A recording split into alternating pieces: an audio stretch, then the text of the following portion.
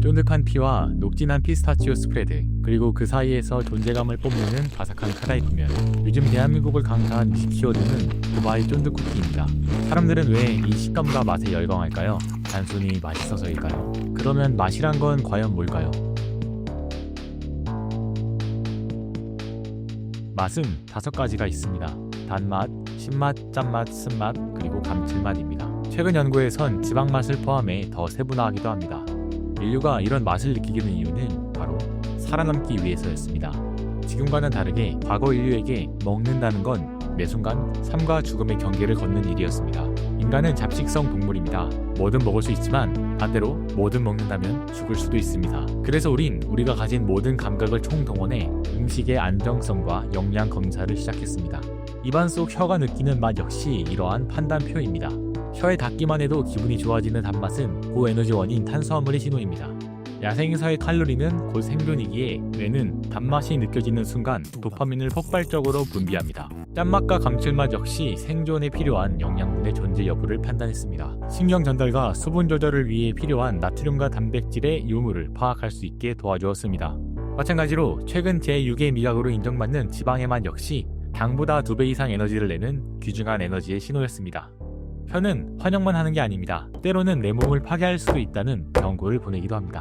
쓴맛은 주로 식물이 자기 자신을 지키기 위해 만들어낸 독의 신호였습니다. 자연계에서 쓴맛이 난다는 건 먹으면 죽을 수도 있다는 강력한 경고 등이었죠. 우리가 어릴 때 채소를 본능적으로 멀리하는 것도 이러한 생존 본능이 아주 예민하게 작동하기 때문입니다. 신맛 역시 음식이 미생물에 의해 부패됐거나 과일이 아직 익지 않아 독성이 남아있다는 신호였습니다. 혀라는 더듬이는 이렇게 환영과 거부라는 2가지 명확한 성적표를 통해 우리 조상들의 목숨을 지켜왔습니다. 식감 역시 음식을 판단하는 요소 중 하나였습니다. 특히 우리가 좋아하는 바삭함을 알아보겠습니다. 과거 인류에게 바삭함은 2가지를 의미했습니다. 첫 번째는 수분이 가득한 신선한 채소였고, 2번째는 구하기는 어렵지만 생존에 필수적이었던 지방과 단백질의 보고, 바로 곤충이었습니다. 딱딱한 껍질 속에 부드러운 영양분을 품은 곤충은 인류에게 최고의 특식이 되었습니다. 결국 우리가 지금 두바이 쿠키 속 카다이프의 바삭함에 열광하는 건 수만 년 전 곤충을 먹으며 느꼈던 신선한 단백질에 대한 기억이 우리 뇌 속에 여전히 각인되어 있기 때문이라고도 볼 수 있습니다. 그런데 우린 때로 이러한 본능을 거스르기도 합니다. 삭힌 홍어를 먹기도 하고 씁쓸한 에스프레소를 마시기도 합니다. 하지만 이거 역시도 인간의 생존을 위한 사투였습니다. 약 160만 년 전 인류는 큰 위기에 봉착합니다. 먹을 게 너무 없었거든요. 쓴맛에 너무 예민하다면 모든 채소를 거부해 굶어 죽기에 딱 좋았습니다. 그래서 인류는 쓴맛에 대한 민감도를 낮추는 유전적 진화를 했습니다. 발효도 마찬가지입니다. 음식을 보관하다 보면 썩기 마련인데 어떤 건 배가 아프지만 어떤 건 이상하게 풍미가 좋아지고 소화가 잘 됐습니다. 인간은 부패라는 죽음의 신호를 발효라는 생존의 기술로 승화시킨 겁니다. 그리고 이러한 인간의 오히려 조화 전략은 다른 종들에겐 재앙이 되었습니다. 예를 들어 고추는 포유류들의 이빨에 씨앗이 씹히는 걸 막으려고 통증을 유발하는 캡사이신을 만들었습니다. 매운맛을 느끼지 못하는 새들이 씨앗을 멀리 퍼뜨려주길 바랬습니다. 하지만 인간은 이 매운맛을 오히려 즐기게 됩니다. 커피와 겨자도 곤충과 포식자를 쫓으려 한 노력이지만 지금은 인간이 즐기는 풍미가 되어버렸습니다. 인간은 심지어 본인에게 치명적인 독극물도 정복했습니다.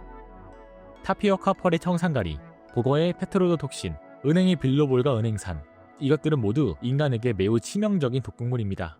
인간은 이것들을 물에 담그거나 발효하거나 굽거나 하는 등의 복잡한 과정을 통해 기어코 독을 날려서 먹고 있습니다. 아무튼 이렇게 처절하게 쟁취한 맛이 인간의 신분과 권력을 드러내는 도구가 되기도 했습니다. 중세 유럽에서 후추는 단순한 양념이 아니라 알갱이로 된 화폐였습니다. 후추 알갱이 하나가 은하잎과 똑같은 가격으로 거래되었습니다. 만일 오늘 점심 설렁탕에 후추를 3번 톡톡 뿌렸다면 당시 가치로 따지면 밥 한 그릇 먹으면서 명품식에 하나씩 빼서 넣은 셈입니다. 고기의 맛을 내기 위해서가 아니라 재력을 보여주기 위해 후추를 들이부었습니다. 그리고 연회에 초대된 손님들은 매우면 매울수록 고급이라 느꼈기 때문에 매운맛은 한때 비싼 맛, 고급 맛이라는 이미지가 된 적이 있습니다. 18세기의 설탕도 후추 못지않게 귀했습니다. 당시 귀족들도 자신의 재력을 증명하기 위해서 모든 요리에 설탕을 쏟아부었습니다. 그 결과 당연히 치아가 까맣게 썩어 들어갔습니다. 그런데 이렇게 까맣게 썩은 치아가 부의 상징이 되어버렸습니다. 심지어 설탕이 비싸 못 사먹는 서민들은 부자처럼 보이고 싶어 일부러 치아를 뭉개칠하고 다녔습니다. 마지막으로 알아볼 건 바로 얼음입니다. 냉장고가 없던 시절엔 한여름 속 차가움은 아무나 도전할 수 없는 영역이었습니다. 로마의 황제는 수천 명의 노예들을 동원해 만년설 쌓인 산 정상에서 얼음을 실어오게 했고, 우리가 잘 알고 있는 조선의 석빙고 역시 겨울에 얼린 얼음을 여름까지 보관해 왕실에서 사용하며 그 권력을 보여줄 수 있었습니다. 신하에게 석빙고 얼음을 한 덩이 하사하며 왕의 은총을 보여주기도 했습니다. 우리가 카다이프의 바삭함에 열광하고 꾸덕한 스프레드의 지방 맛에 행복해하는 건 단순한 유행이 아닙니다.